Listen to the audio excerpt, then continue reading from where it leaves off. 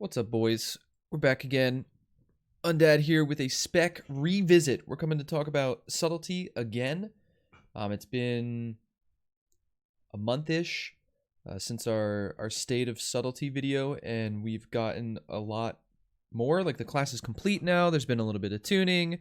There's been some nerfs, some buffs, and I think we're getting close enough to launch where we can revisit this and kind of talk about where I think the spec's going to fall, how useful it'll be in both Mythic Plus and Raid. We're not going to really talk about PvP just because I'd be making stuff up rather than having actual thoughts that matter. And just like a general overview of where we're at with Covenants and talents and everything as of right now. So I guess we'll talk about Covenants first. It's probably the most important thing to talk about going into launch. Yesterday we had a patch that buffed Night Fae, and then did a bunch of tooltip changes for everything else that seemed like it might have been nerfs or might have been buffs, and kind of confusing wording, but reality of the situation is all the other Covenants stayed exactly the same, and Night Fae got a slight buff and a little bit of a rework as far as where the damage is. So the Night Fae ability Sepsis is a poison dot that you vanish at the end of. Previously it was supposed to have big damage at the end. That's been refocused, so more of the damage is in the dot portion rather than the explosion, which is going to end up letting it scale better because the conduit for that ability scales the dot rather than the burst. So I thought it was pretty cool to have a big burst at the end. Granted, the big burst has not ever worked on beta, so there was no way to really test it, but I thought in concept it was cooler that way, but with how the conduit works, I think it's a good change. Bottom line is Necrolord is still the only choice currently. It's too far ahead on single target. It's slightly ahead still on cleave and AoE. So no matter what your PvE content is, if you're trying to pick the best Covenant and not really worried about everything else involved, then your choice is not a choice. You're picking Necrolord. The other Covenants, we talked about how Night Fae's getting close. Issue with Night Fae is it kind of locks you into the Master Assassin legendary, which is our crit after stealth. Just because of the way it functions, it's almost certainly going to be your strongest legendary no matter what if you're a Night Fae. Whether that's an issue to you is up to you. And then Slaughter has some scaling that's going to happen. Slaughter is the Venthyr Covenant. Basically, the Conduit scales very well for Slaughter. That makes the base damage of the actual Slaughter ability, which is an ambush replacer, very strong. Especially for sub, single target, because we're in quote-unquote stealth so often, so we have access to the Slaughter ability much more than the other specs. So look out for that. They may be something that down the line we may want to swap over to Venthyr for Raid. Currently, it's not going to be the move for Mythic Plus just because the Slaughter Poison effect, which is the buff that you put up after you use Slaughter, it replaces your lethal poison. So in our case, it would be instant poison. That does not spread in AoE. There have been updates recently to poison spreading, so our non-lethals, so numbing or crippling, now actually spread with Shuriken Storm. This did not previously work, but as you can see here, we have numbing go up on both guys. It's normal application chance from Shuriken Storm, so there's still the off chance that they change Slaughter to work that way, and if that's the case, we'll have to revisit this and kind of see where Venthyr stands. But until then, it's Necrolord. Kyrion's not worth talking about until it gets reworked completely, in my opinion. The ability in general is not strong enough and is the most obnoxious to play. So we're not even going to really touch on that at all. Secondly, Conduits. I don't think we had Conduits at all during the last video. I think we did a follow-up video talking about the Conduits because Rogue was still a little bit behind. Subtlety's Conduits are some cases pretty powerful, in other cases not so powerful. So two of our Conduits that are very strong are Deeper Daggers. This is a shadow damage buff. Increases our shadow damage dealt by 30% for 5 seconds after we use either of our strong finishers, like our direct damage finishers. That being Eviscerate or Shadow Vault. This is impactful, obviously, on those finishers because they have a shadow damage portion, but also impactful on a lot of other things. One, our weapon enchant, so this affects all shadow damage. It's not just rogue shadow damage. So the weapon enchant that we're using is just a damage proc that does shadow damage in AoE. We have new potions that are shadow damage, weapon oils, which are buffs you put on your weapons, which are shadow damage. One of our legendaries for single target, which we'll talk about in a minute, is shadow damage. So there's just a lot of ways that this conduit scales with different parts of our kit, making it very strong. And then we have planned execution, which is just increased crit chance inside symbols of death. Obviously, most of our damage comes inside our cooldowns. We're a small cooldown all the time class, so anything that buffs those, very good. And then the other three are just kind of mediocre, depending on what covenant you're playing. Your third potency could be the covenant specific. Necrolords I don't think is good enough, but it's probably about on par with the other two options that we have. Sepsis one will likely be good now with the change to sepsis. The slaughter conduit is, as mentioned before, very good at higher ranks. So we'll see. We still have no information about when we get higher ranks, so we'll see how that plays out. Maybe that ends up something we end up swapping to for the sake of progression. It's pretty likely. It's just a matter of how quickly the conduit ranks level up. And then obviously the Kyrian one we just don't care about because we're not playing Kyrian unless you're weird. That's it. You could be a weirdo, that's fine, but you're a weirdo. And then the last two are CDR on Shadow Blades when you get a Shadow Techniques proc, and Perforated Veins, which is increased backstab damage after you Shadow Strike. I've preferred Stiletto Staccato for dungeons. Single target, I believe Perforated Veins is better. This will likely get even better. There may be a point later on we end up playing Gloomblade, and then this gets more powerful. So let's talk about talent since we're here with Gloomblade anyway. I guess we'll talk about Soulbinds real quick. So we'll talk about just the Necrolord ones here. And I'll mention one-offs like the decent Soulbinds for the other covenants. Necrolord, we're going to have two options here. One being Plague Divisor for Volatile Solvent. So this is when you fleshcraft nearby corpses, you get a buff. And based on what kind of corpse it is, you get a separate buff. So currently this is actually really strong in Mythic Plus. Because humanoids give you 346 mastery for 6 minutes. And beasts give you same duration, but 2% agility. So any dungeon where you have humanoids and beasts that you can consume, this is like pretty strong. So if we look through the dungeons, the other side is mostly undead in most of the wings, but there are humanoids in... There are humanoids. In a car's wing, there's a humanoid. The priests are actually... Are the priests humanoids? I'll have to revisit the other side. So the other side, not so much because there's not beasts. It's mostly undead in there. The undead buff is you regenerate 5% health after you kill an enemy. So not very strong. Halls of Atonement, the entire dungeon, you have both buffs.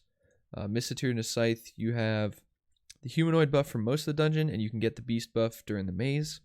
And then you get the beast buff later on as well after the maze with the bugs. So pretty good in mists. Plaguefall has a ton of humanoids. No beasts, but a lot of humanoids for you to soak up. Also has, I want to say, aberrations. Aberrations are armor, which is kind of irrelevant. The other ones are kind of irrelevant outside of humanoids and beasts. Sanguine Depths has both pretty often. Very good for it here. Spires has both pretty often. Very good for it here. Necrotic Wake is mostly undead, but there's some humanoids in there that you can get the buff from. And Theater of Pain is mostly undead with some humanoids.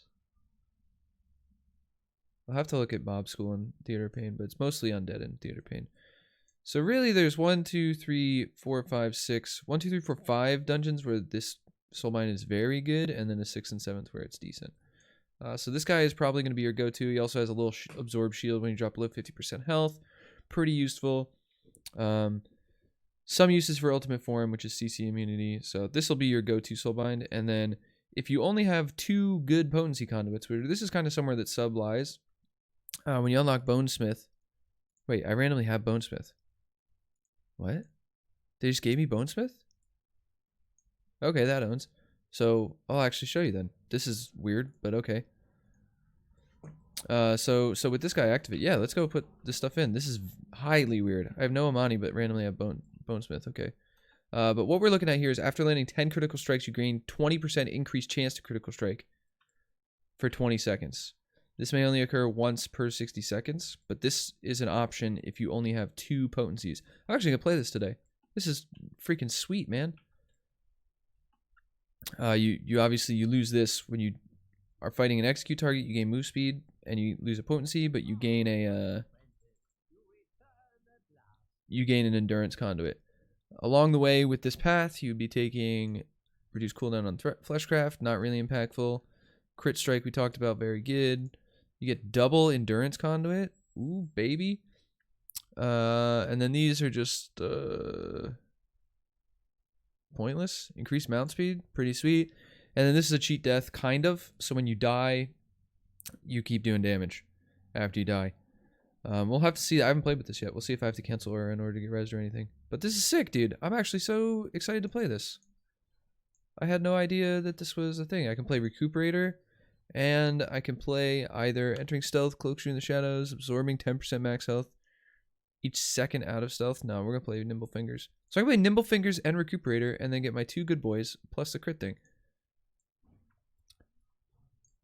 Wait, this is sick. Especially Master Assassin. At every pull, you're gonna proc this. If you play Master Assassin in dungeons, which we'll talk about. I'll talk about legendaries in a second, but yeah, cool. All right, well, that was neat. A little sidetrack in the video, but whatever, man. Sick. Yo, sick. So yeah, this guy's gonna be good. We'll test him out today, and I'll have some more insight into that later on. Or if you just want to hang out on stream, we'll have that to talk about. The other covenants, most of the first ones are pretty good. If you do decide to go Kyrian because you're a weirdo, Pelagos owns. He gives you 5% versatility and mastery pretty much all the time. The first one in Night Fae, who I can't remember the name of, is pretty good too. You get it after you use your ability. You get a mastery and stamina buff after you use your covenant ability. We like mastery. It's pretty good. And then Nausea in Venthyr is quite good too. Thrillseeker is just a haste proc, which not super impactful for our class, but she also has an option to take a defensive conduit rather than a potency to get an ability called Adversary, which is actually really good for funnel damage, for subtlety, and will be a good single target option as well. Basically how it works is the first target that you attack in combat, so every time you enter combat, whatever is the first target you hit, you debuff that target, and you deal 4% bonus damage to that target specifically, and that target also deals 2% less damage to you. So very good on bosses, and then obviously in trash, if there's something specific you want to beat the hell out of, it's a good option there. So you have options for Soulbinds. Some of the other ones are decent, but most covenants have one like clear cut, this is the move, and then others are just like your, I guess I'll play this, if that makes sense. So yeah, let's talk about talents then. We kind of touched on Gloomblade. Premeditation is a new talent that we got. This was coming soon last time we talked here. This is pretty bugged right now in that it procs more often than it's supposed to, and you end up just with infinite slice and dice. This will probably be used in dungeons as a way to not have to hit slice and dice. It's decent single target as well. It also changes up your gameplay a little bit in AoE in that in situations where you would be shuriken storming, think like 3 to 4, I think even 5 targets. I haven't really not a run the numbers guy, so I've just been testing and seeing how stuff feels, but it feels like this is the correct move on those target counts. Even though you're AoEing, the first global that you spend when you enter a Shadow Dance, you want to get the premeditation buff, which increases the duration of your slice and dice and also gives you 2 bonus combo points. So you'll actually cast Shadow Strikes in AoE, which is a cool little intricacy to the spec, little moment to min-max. It also helps with fine weakness uptime on multiple targets while you're spreading You're spreading from crits from Shuriken Storm, but then you have guaranteed spread for longer duration on your Shadow Strike. So I think that's pretty cool. And then we have Weapon Master, which is the same. Has some synergies with legendaries we'll talk about. Other than that, Shuriken Tornado has lost some value. We if you remember from BFA, there was a passive attached to Shuriken Storm that it did 50% bonus damage while stealthed or in Shadow Dance. That passive has been removed, likely because they've given us Shadow Vault, so Shuriken Storm doesn't need to be our primary AoE damage anymore. We now have the option to hit Shadow Vault. So because of that, the AoE value of Shuriken Tornado has certainly lost something, as well as, well, not as well as, this becomes a priority damage talent now. This is a way to get 4 quick finishers off within 4 seconds. I don't like it really anywhere currently. I prefer Secret Tech in dungeons, but it's something that definitely could be used, maybe as some mastery scaling increases too. And Deeper Daggers. It's worth noting that Secret Technique, while a strong ability now, has no shadow damage scaling with Deeper Daggers, so the potential for Shuriken Tornado to provide us with more vaults or more eviscerates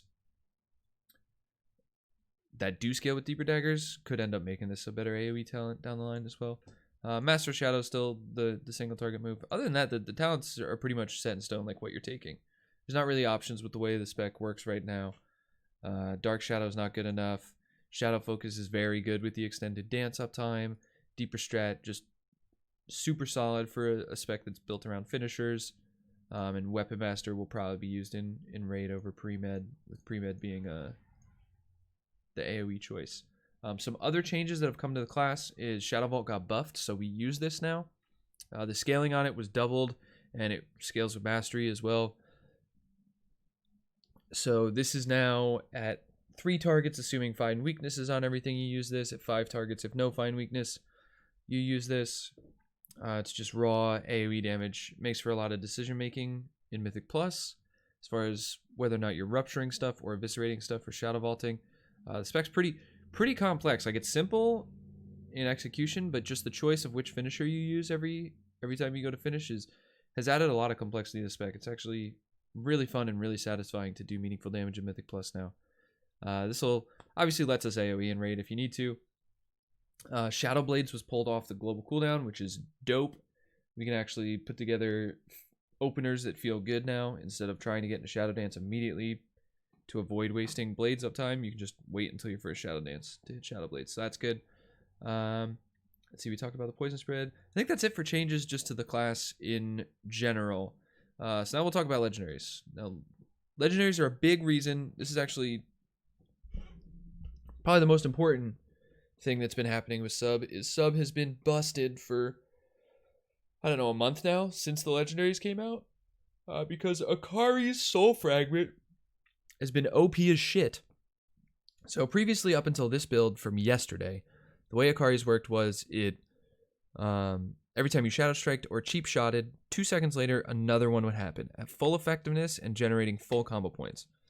So for anybody that's played Rogue, as soon as you hear that, you know that's busted, because now you have infinite Shadow Dance uptime because every other global is an eviscerate.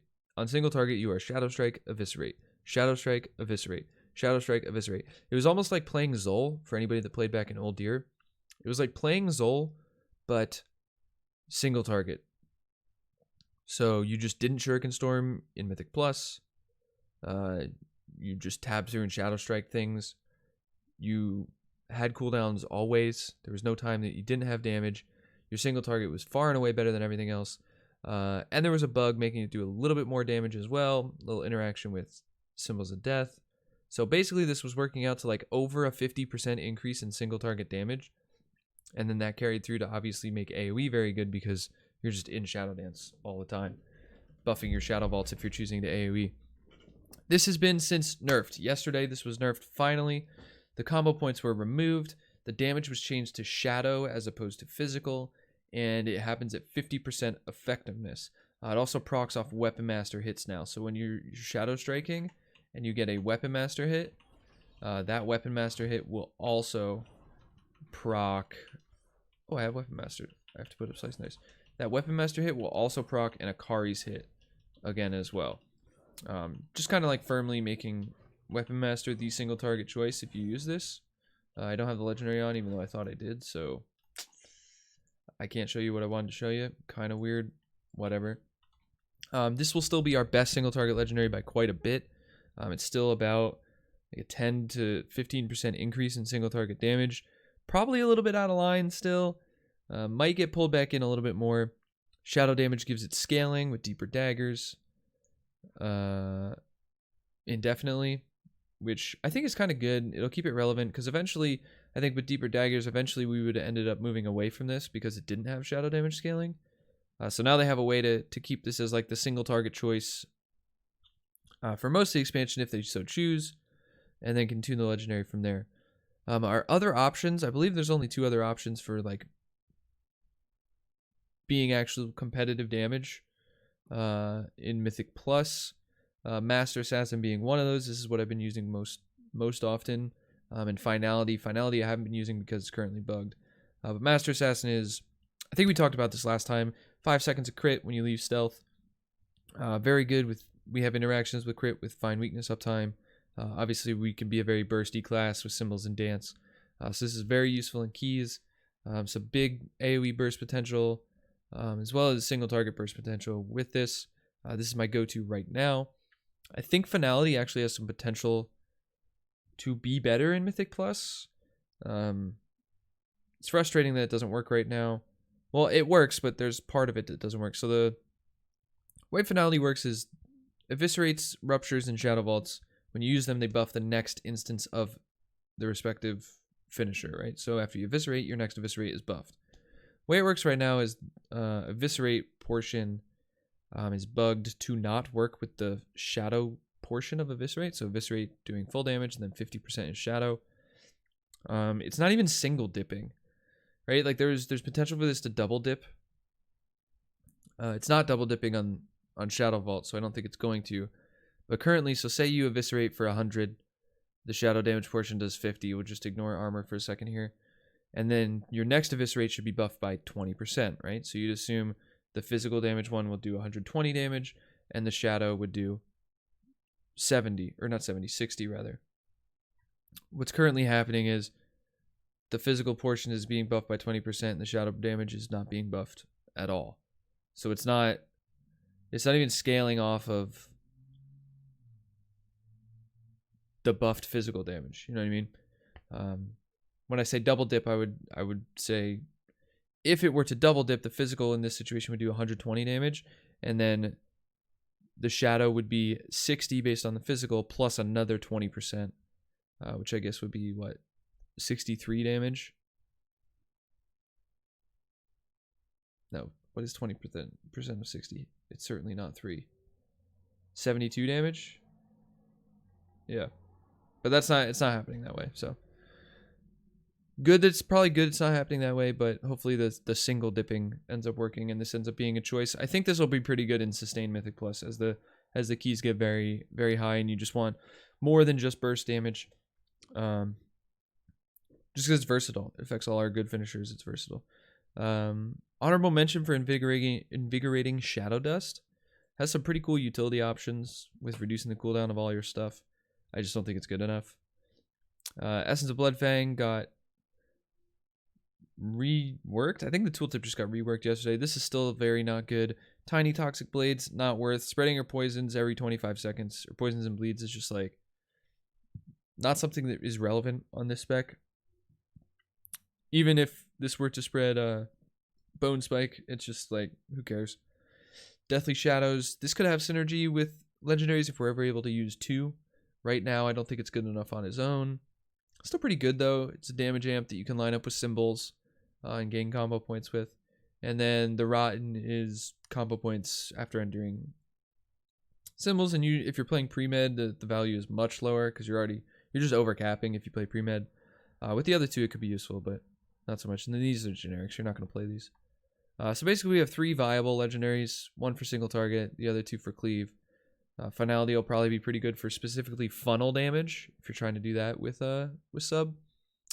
But all in all those changes have put sub in a place where I think currently it's the best rogue spec for raid, and it's the best rogue spec for Mythic Plus. So if you don't care about which spec you're playing and you just want to play the best rogue shit you can, this is the move. This is, you want to be picking up sub, you want to be learning sub, you want to learn how to play this. And then obviously keep an eye on tuning. This could change. We still have over a month left of beta before launch. Who knows where we fall. But I think the kit setup, the spec is really fun to play. It has like a lot of little intricacies just from like things like pre-med and the way Find Weakness works differently with Shuriken Storm and Shadow Strike. The access to multiple finishers with different jobs, that being Rupture, Slice and Dice, Shadow Vault, Eviscerate, Secret Tech. Like, we just have a lot of options. Pack to pack, global to global. It plays differently with all 3 legendaries that you use. Like, if you take any of these 3 into dungeons, it plays a little differently with Mark, Finality, or Akaris. Might be some dungeons you want to play Akaris in for the pure single target and smaller packs. Just feels like you have options outside of your Covenant choice. So we hope we see that get fixed. But outside of your Covenant choice, it feels like options exist. There's a couple different play styles. There's ways to excel in different things. And there's a lot of micro decisions made on any given pack in Mythic Plus, which all in all, I think, like, what else can you ask for, right? Like, that's just kind of exactly where you want a spec to be. So I guess the final thought is, this spec owns. Please play it, get good at it, have fun with it. I think everybody will enjoy it. Even if it's an off spec and you want to main something else, I would at least dabble in sub to see how it is. I'll put a link to the previous video in the description below for you guys if you want to watch how my thoughts have changed. And I'll put obviously a link to this in the other video, but you're already here, so you don't need that. Otherwise, please like the video if you enjoyed it, if you thought this was helpful to you at all, or just to let me know you want more stuff like this. Leave comments if I fucked anything up or if I was dope. Preferably if I was dope, but you know how it is. And then hit me with a subscription if you want to catch or be notified when these videos go up. We're going to be putting one up for Assassination within the next probably couple of days. I've actually been having a lot of fun playing Assassination. It's just behind numerically right now. So we'll talk about that more in depth in the next video. And then hit me up on Twitch if you want to hang out while I'm doing all this testing live. I stream pretty much every day on twitch.tv/undadtv. And that's that. Thanks for hanging out, boys. I'll catch you later.